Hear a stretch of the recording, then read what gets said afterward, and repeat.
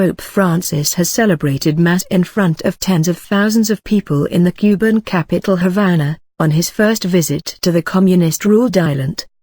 President Raul Castro, who is not a Catholic, attended the event in city's iconic Revolution Square.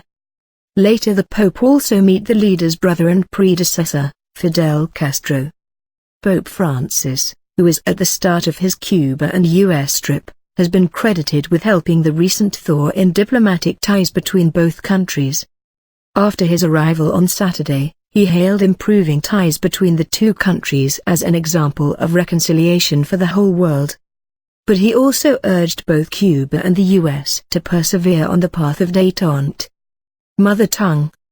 Security services were seen arresting at least 3 people who were shouting and attempting to distribute flyers at the edge of Revolution Square as the mass got underway. On his way to the service, Pope Francis stopped to greet some of the thousands who had come out to see him.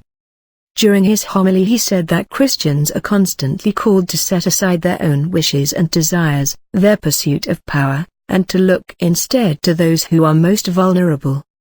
From my vantage point, it's hard to gauge exactly how many people filled the enormous Revolution Square in Havana, but their enthusiasm was clear to everyone watching.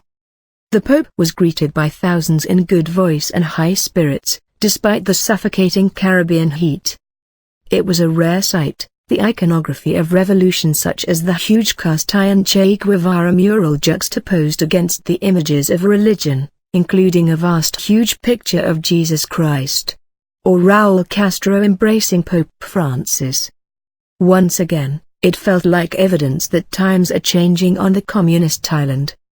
In terms of his homily, the Pope discussed ideas of brotherhood and unity, but the more overt political message was aimed not at Cuba, but Colombia. He urged the Colombian government and the left-wing FARC rebel group to persevere with the talks being held in Havana, saying they could not allow another failure on the path of peace and reconciliation. The Mass marked the first time Cubans have been addressed in their mother tongue of Spanish by Pope Francis is the first to hail from Latin America. Cristina Fernández de Kirchner, president of the Pope's native Argentina, also attended.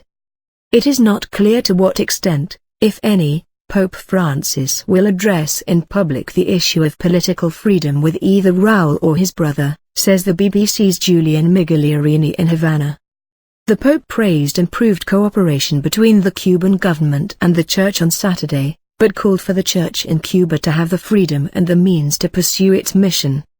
Both his predecessors, Pope John Paul II and Pope Benedict XVI,